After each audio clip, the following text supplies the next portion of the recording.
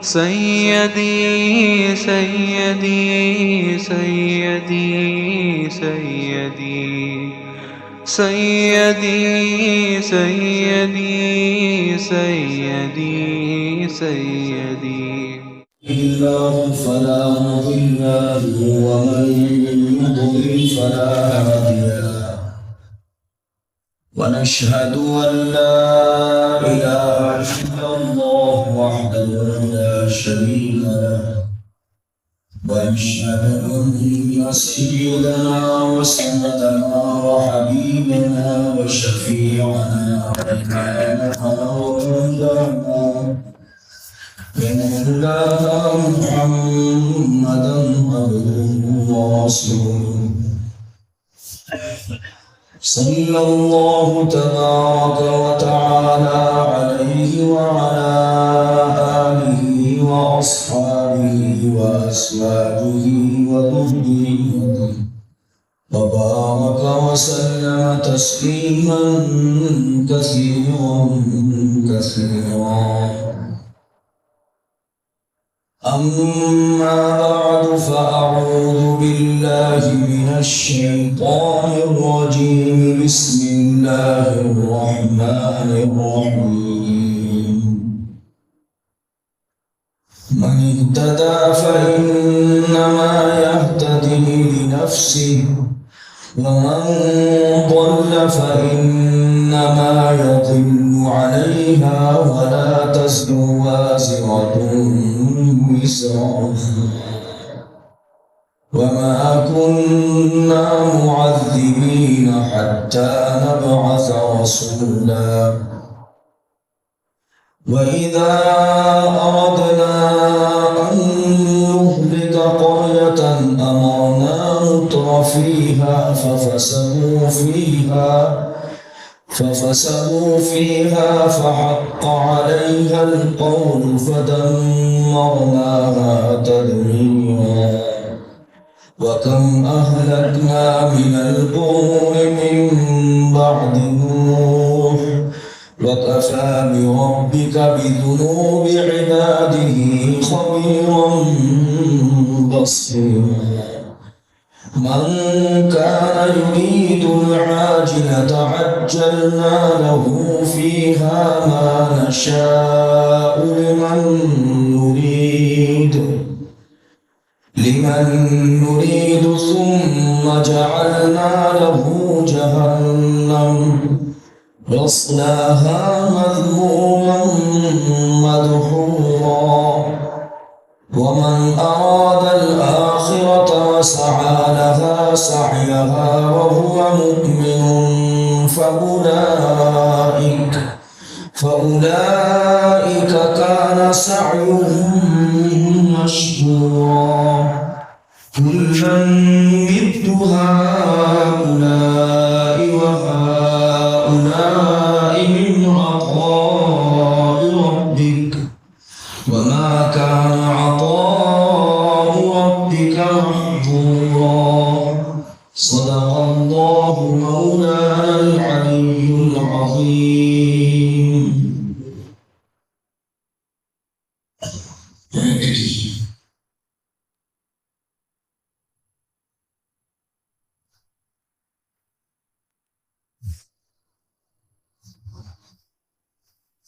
اس سے پہلی آیت میں ارشاد فرمایا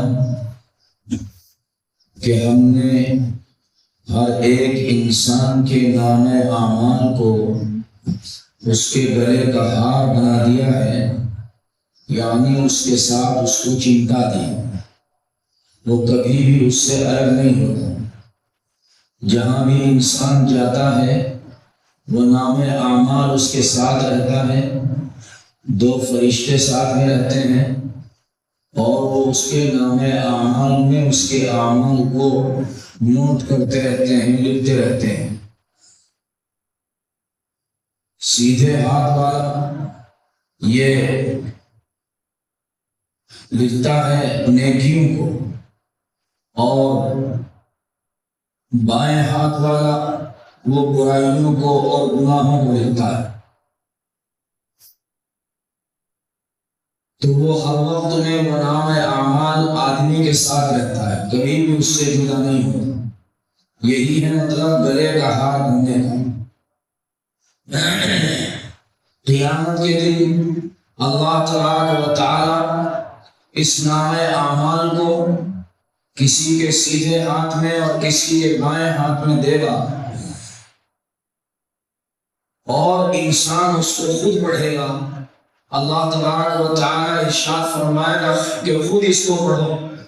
آدمی کے سامنے وہ کھلا ہوا ہوگا، اور بے پڑھا لکھا آدمی جو دنیا میں جس نے کچھ نہیں پڑھا، وہاں جا کر کے وہ بھی پڑھا لکھا ہو جائے گا، اور اپنے نام اعمال کو ہر آدمی پڑھے گا کہ کتنی نیکیاں کی ہیں، کتنی برائیاں کی ہیں، کتنی میں جزا کا مستحق ہوں اور کتنی میں سزا کا مستحق ہوں۔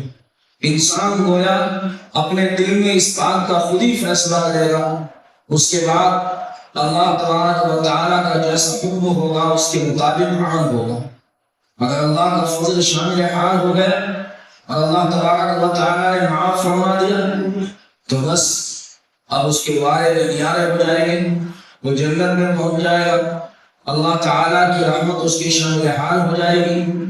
اور اگر اللہ تبارک و تعالیٰ کی طرف سے کسی نے کسی گناہ پر، کسی غلطی پر پکڑ ہو گئی یا بہت سارے گناہوں پر پکڑ ہو گئی تو ظاہر ہے کہ اس کا ٹھکانہ پھر جنت نہیں بلکہ اس کو جہنم میں بھیجا جائے گا۔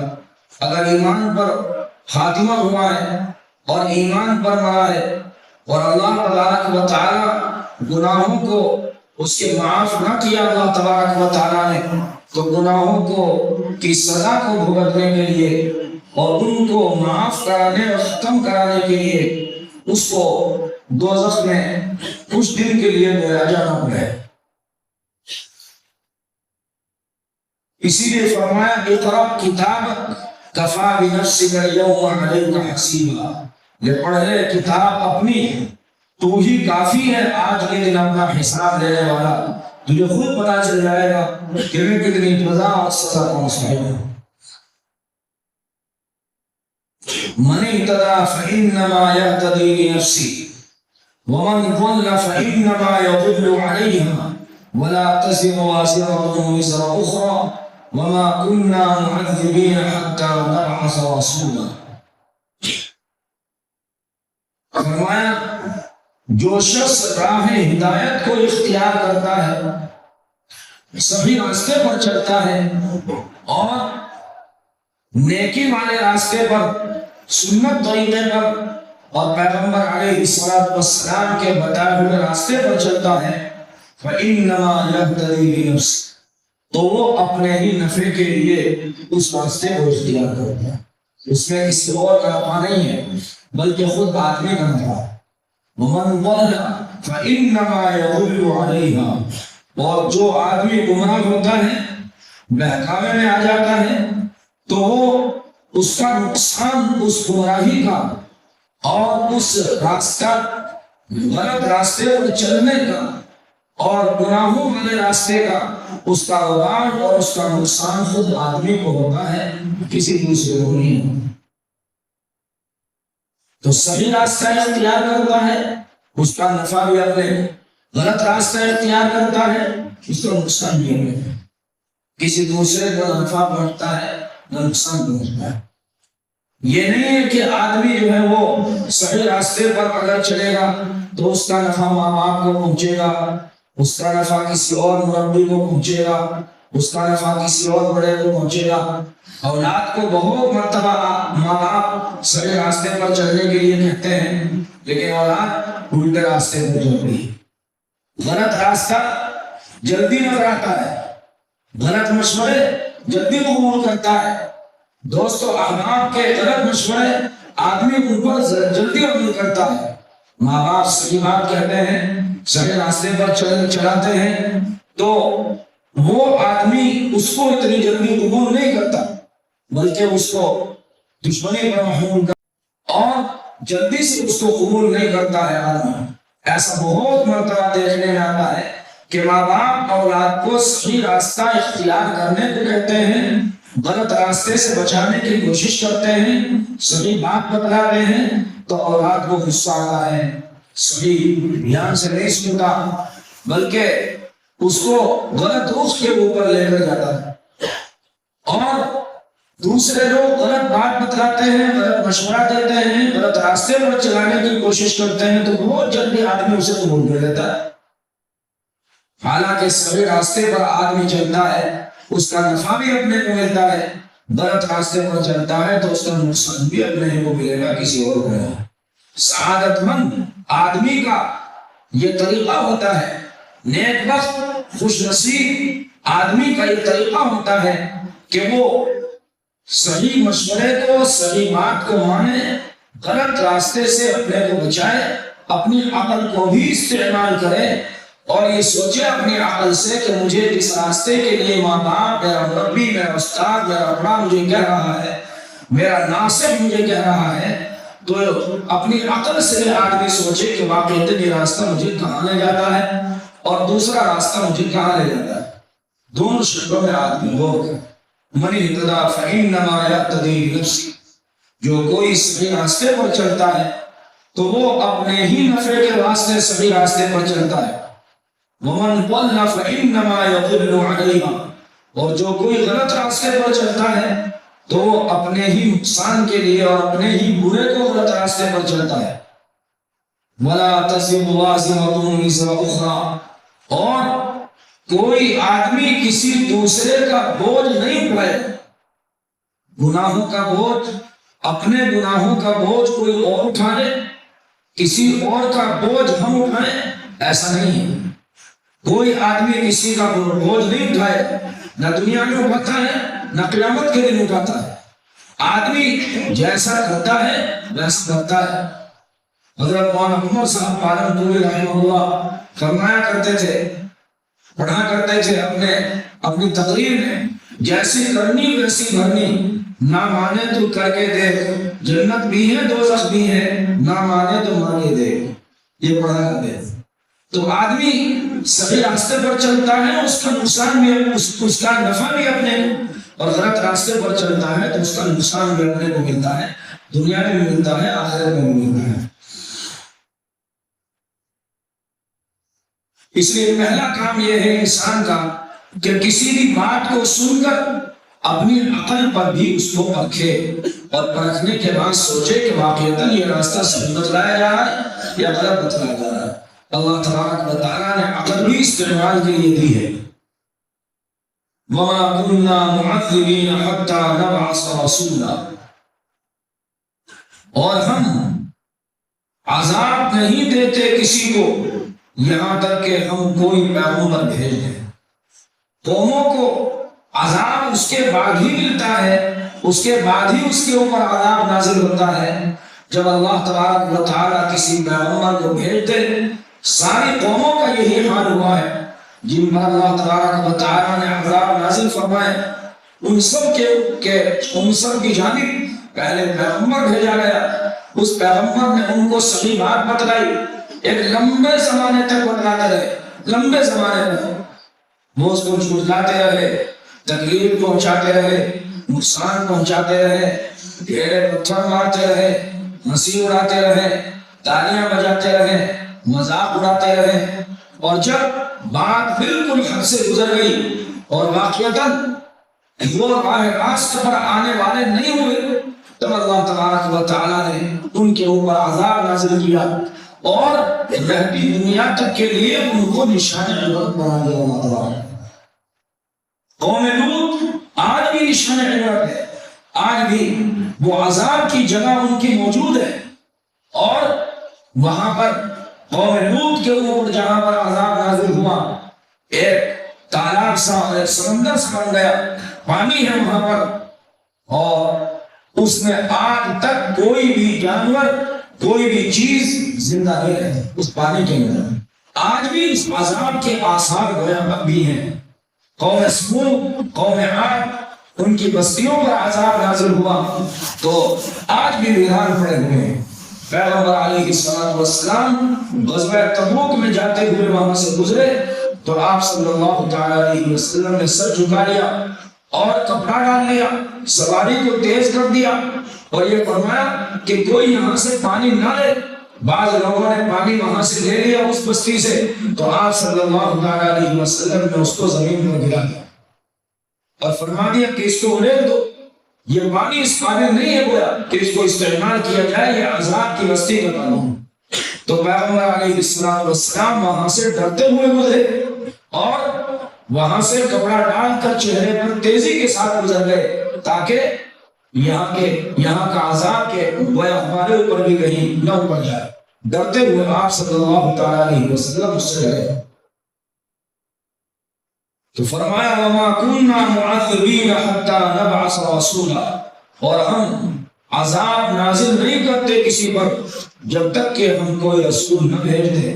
جب اللہ تبارک و تعالیٰ کوئی پیغمبر بھیج دیتا ہے تو اس کے بعد اس بستی پر یا اس قوم کے اوپر عذاب نازل ہوتا ہے، یہ اللہ کا دستور رہا ہے۔ اب کوئی نبی آنے والا نہیں، پیغمبر علیہ السلام آخری نبی ہیں، اور قیامت تک اب آپ کے بعد کوئی نبی نہیں آئے گا۔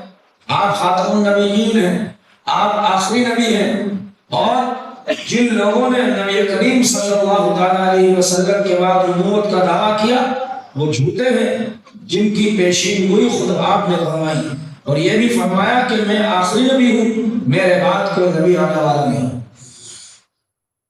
البتہ پیغمبر علیہ السلام کے نائبین، پیغمبر علیہ السلام کی طرف سے دعوت پہنچانے والے، پیغمبر علیہ السلام کی طرف سے ڈرانے والے، بشارت سنانے والے، وہ برابر رہیں اور وہ دعوت کا کام کرتے رہیں، اور وہ تبلیغ کا کام اور پیغمبر علیہ السلام کی طرف سے انذار اور تبشیر کا کام کرتے رہیں گے، خوشخبری سنانے اور ڈرانے کا کام کرتے رہیں گے۔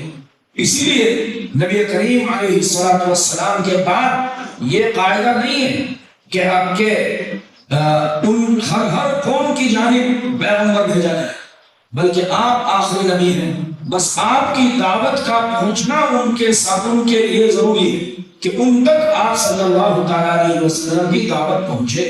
چنانچہ دنیا میں کوئی جگہ شاید ایسی باقی نہیں کہ جہاں پر نبی کریم علیہ السلام کی دعوت پہنچی بھی نہ ہو، پہنچانے والے نہ ہوں اور ان تک نہ پہنچی ہوئی ہو۔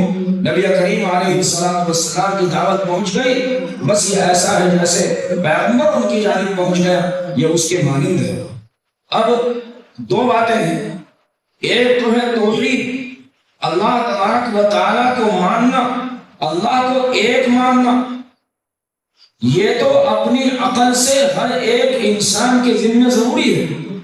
آدمی کو اگر کسی پیغمبر کی دعوت بھی نہ پہنچی ہو تبھی اکثر علماء نے بات فرمائی ہے کہ اپنی عقل سے توحید کو ماننا اور اللہ تبارک و تعالیٰ کو ایک ماننا یہ ضروری ہے، اس لیے کہ اللہ تبارک و تعالیٰ نے عقل دی ہے۔ ان نشانیوں میں غور کرے، ان چیزوں میں غور کرے۔ اللہ تبارک و تعالیٰ نے کائنات میں آنکھوں کے سامنے بے شمار ایسی نشانی بنائی ہے کہ جن نشانیوں کو دیکھ کر کے آدمی اللہ تک پہنچ سکتا ہے۔ ایک بڑھیا ہے، وہ چرخہ کاٹ رہی ہے، ایک عالم صاحب گزرے اس کے پاس سے اور کہا کہ بڑی اماں کچھ جانتی بھی ہیں، چرخائی کاٹتی رہتی ہے، ہر وقت میں چلاتی رہتی ہے، کبھی اس بات پر بھی غور کیا ہے کہ کوئی ہے بنانے والا؟ تو اس نے کہا ہاں جانتی ہوں، وہ اللہ ہے اور وہ ایک ہے۔ یہ بھی جانتی ہوں کہ وہ ایک ہے اور بنانے والا ہے، یہ بھی جانتی ہوں۔ پوچھا کیسے؟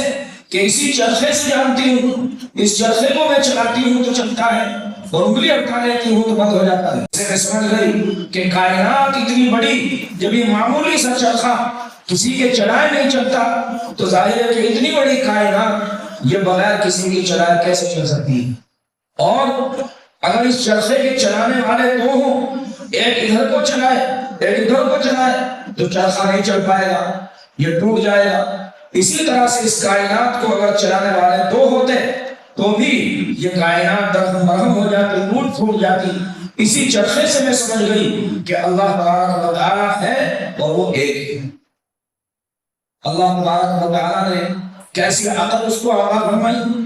امام شافعی رحمۃ اللہ علیہ سے پوچھا گیا آپ نے اللہ کو کیسے پہچانا؟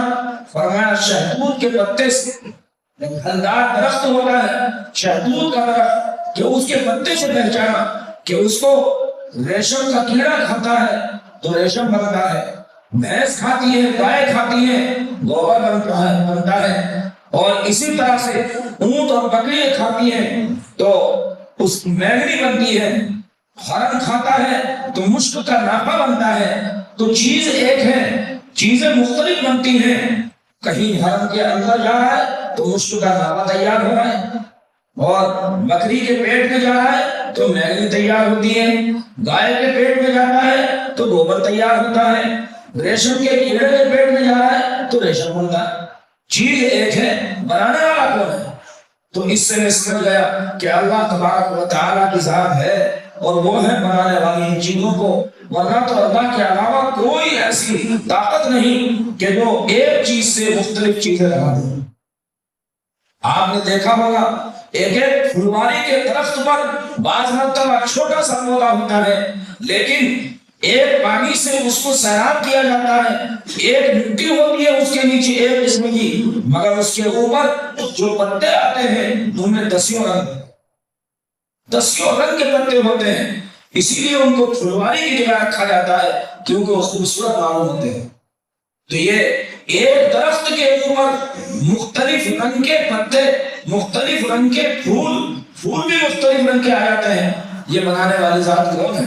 اللہ تبارک و تعالیٰ نے قرآن کریم میں بھی فرمایا وَفِي الْأَرْضِ قِطَعٌ مُتَجَاوِرَاتٌ وَجَنَّاتٌ مِّنْ أَعْنَابٍ وَزَرْعٌ وَنَخِيلٌ صِنْوَانٌ وَغَيْرُ صِنْوَانٍ يُسْقَىٰ بِمَاءٍ وَاحِدٍ وَنُفَضِّلُ بَعْضَهَا عَلَىٰ بَعْضٍ فِي الْأُكُلِ إِنَّ فِي ذَلِكَ لَآيَاتٍ لِقَوْمٍ يَتَفَكَّرُونَ۔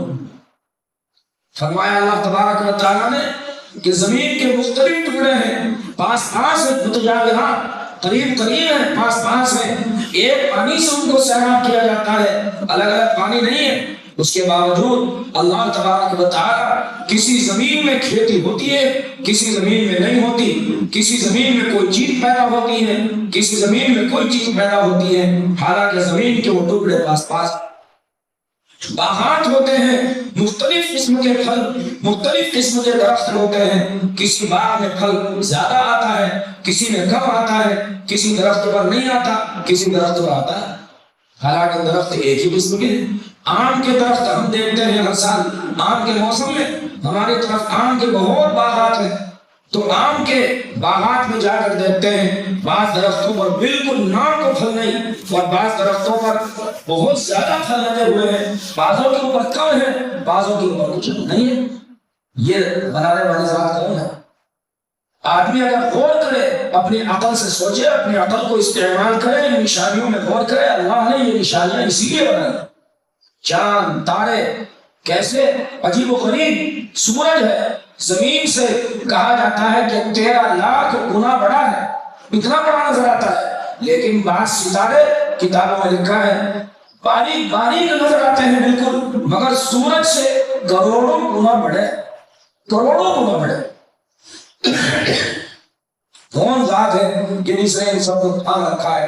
اور ایک ستارہ نہیں، ایسے ستارے اربوں خربوں کی تعداد سے زیادہ ہے، جو سورج سے کروڑوں گنا بڑے، ایسے ستارے اربوں خربوں سے بھی زیادہ ہے۔ وہ سب کہاں اللہ تبارک و تعالیٰ نے کام رکھا ہے، کس طرح سے اللہ تبارک و تعالیٰ نے ان کو روک رکھا ہے، کیسے اللہ تبارک و تعالیٰ نے زمین پر گرنے سے ان کو بچا رکھا ہے۔ ایک ستارہ اگر زمین پر گر جائے ساری دنیا میں اس کا نابود ہو جائے، جل جائے ساری دنیا، مگر اللہ تبارک و تعالیٰ کی شان ہے۔ ہزار سال ہو گئے، نظام ایسے چل رہا ہے، انسان اگر غور کرے تو اللہ تک پہنچنا آسان ہے، مشکل نہیں۔ اللہ تعالیٰ کی ذات، اس کی قدرت، اس کی صفات کا یقین آدمی کے اندر پیدا ہو جائے گا اگر انسان اپنی عقل کو ان نشانیوں میں جو اللہ نے پیدا کی ہیں، اللہ تبارک و تعالیٰ کی ان نشانیوں میں بہت ساری نشانیاں اللہ تبارک و تعالیٰ نے قرآن کریم میں بھی بیان فرمائی ہیں۔ اللہ تعالیٰ نے ارشاد فرمایا ان فی خلق السماوات والارض واختلاف اللیل والنہار والفلك التي تجري في البحر بما ينفع الناس وما أنزل الله من السماء من ماء فأحيا به الأرض بعد موتها وبث فيها من كل دابة.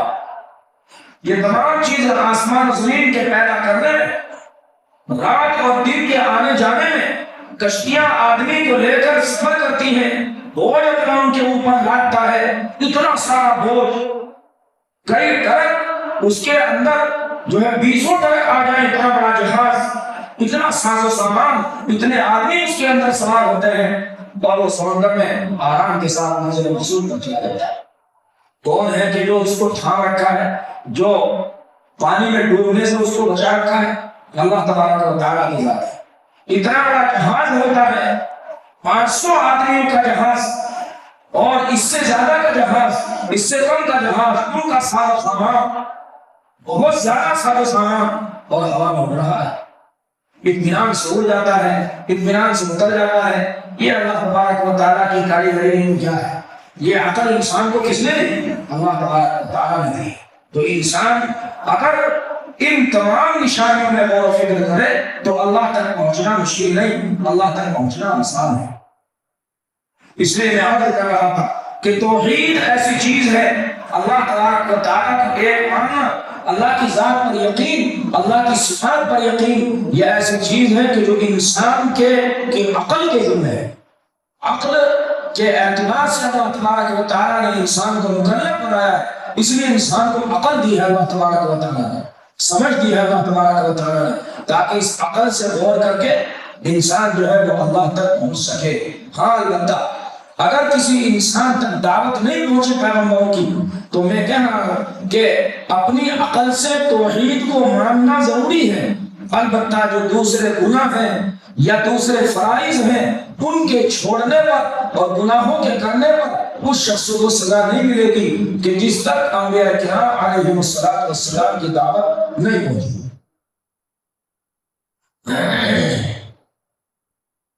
وَمَا كُنَّا مُعَذِّبِينَ حَتَّى نَبْعَثَ رَسُولًا، اور ہم عذاب میں مبتلا نہیں کرتے، سزا نہیں دیتے کسی قوم کو جب تک ہم کوئی رسول نہ بھیجیں۔ یہ اللہ تبارک و تعالیٰ کا دستور رہا ہے۔ اسی سے اخذ کرتے ہوئے بعض کتابوں میں یہ بات لکھی ہے، بعض تفسیروں میں، کہ جو غیر مسلموں کے بچے ہوتے ہیں، چونکہ ابھی وہ بچے ہیں، ابھی وہ مکلف نہیں ہوئے، تو اسی آیت کے ذیل میں بعض مفسرین نے یہ مسئلہ بھی بیان کروایا ہے کہ ان کو بھی عذاب نہیں ہوگا جو وہ بچپن میں انتقال کر جائیں گے۔ بالغ ہونے سے پہلے اگر وہ انتقال کر جائے تو چونکہ بالغ ہونے پر آدمی مکلف ہوتا ہے، ابھی وہ مکلف نہیں ہوا، اس وجہ سے اگر وہ بالغ ہونے سے پہلے انتقال کر جائے تو ان کو عذاب نہیں ہوگا۔ پھر وہ کہاں رہیں گے؟ اس سلسلے میں علماء کے مختلف اقوال ہیں، صحیح اور اس کو قرار دیا گیا ہے کہ وہ جنت میں جائیں گے۔ جنت میں جانے کے بعد وہ دوسرے اہل جنت کی طرح رہیں گے یا کس طرح رہیں گے؟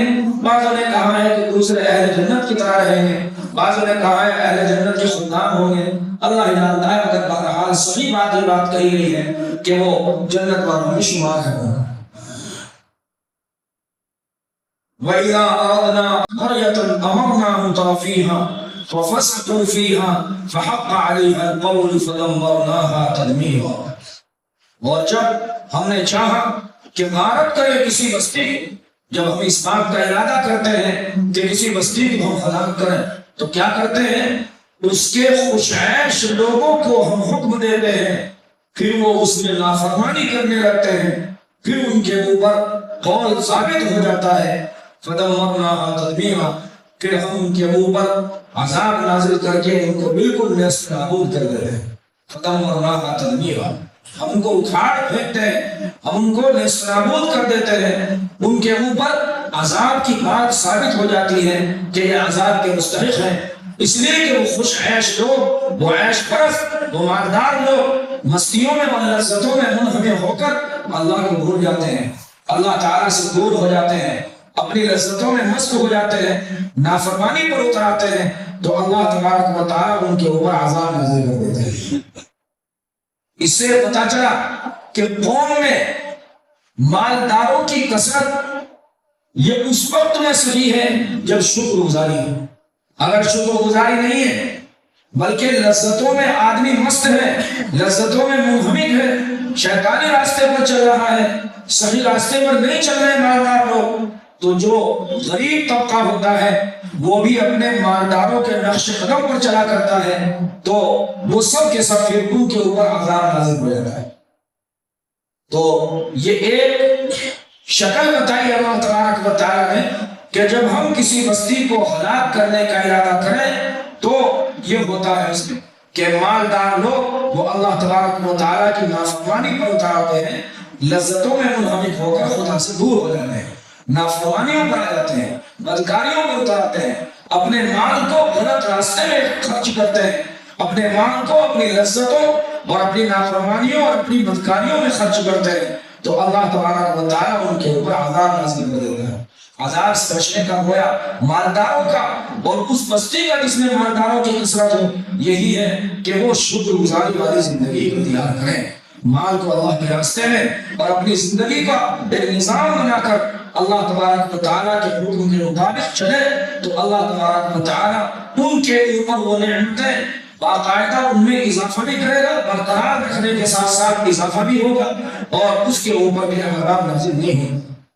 عذاب نازل ہونے کی شکل یہی ہے کہ وہ نافرمانی میں، ناشکری میں، ناقدریوں میں اور لذتوں میں اور بدکاریوں میں مبتلا ہو جائے.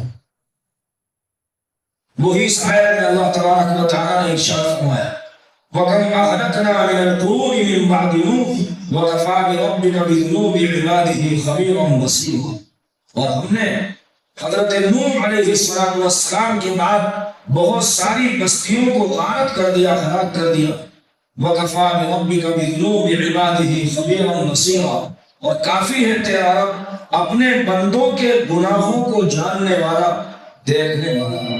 اللہ تبارک و تعالیٰ خوب جانتا ہے کون میرا بندہ کس راستے پر چل رہا ہے، کیا گناہ کر رہا ہے، کیا غلطی کر رہا ہے، کیا صحیح راستے پر چل رہا ہے یا غلط راستے پر چل رہا ہے. اللہ تبارک و تعالیٰ کو سب معلوم ہے. وَكَفَىٰ بِرَبِّكَ بِذُنُوبِ عِبَادِهِ خَبِيرًا بَصِيرًا.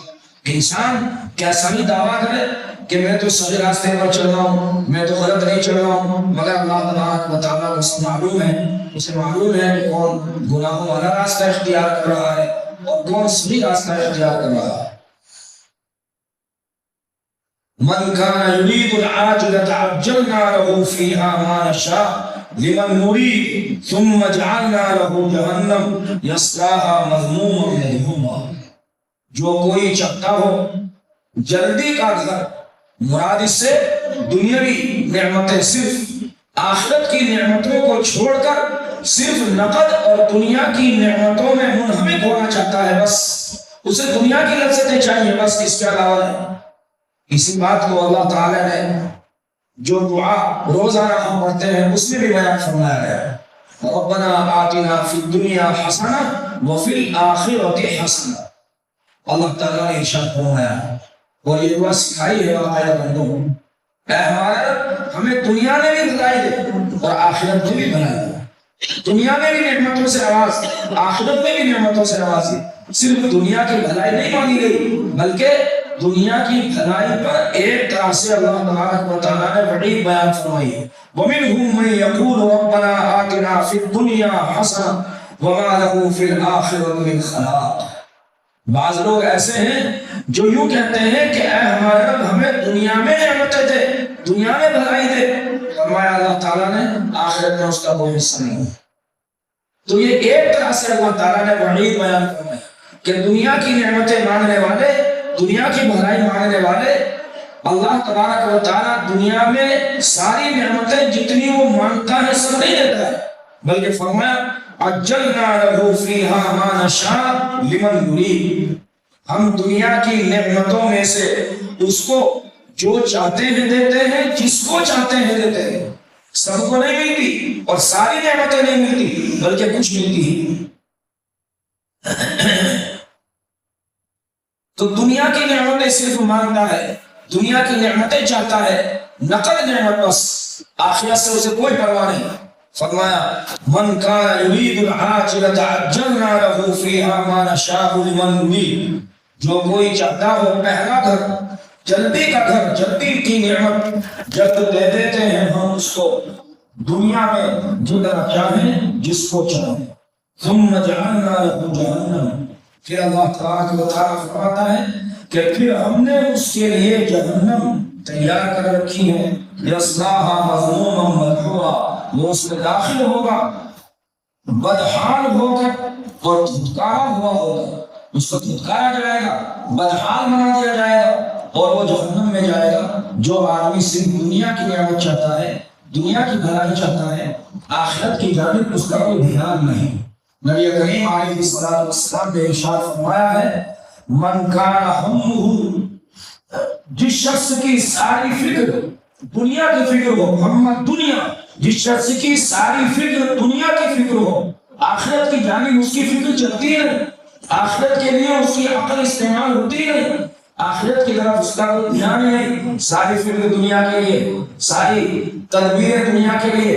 تو فرمایا نبی کریم علیہ الصلوۃ والسلام نے کہ اللہ تبارک و تعالی اسے جتنی اس کی مقدر میں اللہ تبارک و تعالی رکھی ہے وہ دنیا اسے عطا فرما دے گا، اور اس کی محتاجگی کو اللہ تبارک و تعالی اس کی دونوں آنکھوں کے درمیان میں اللہ اس کی مہر لگا دے گا، محتاجگی، فقر و فاقے کی مہر لگا دے گا، اور دنیا اس کے پاس اتنی ہی آئے گی جتنی اللہ تبارک و تعالی چاہے، اس سے زیادہ تو نہیں آئے گی.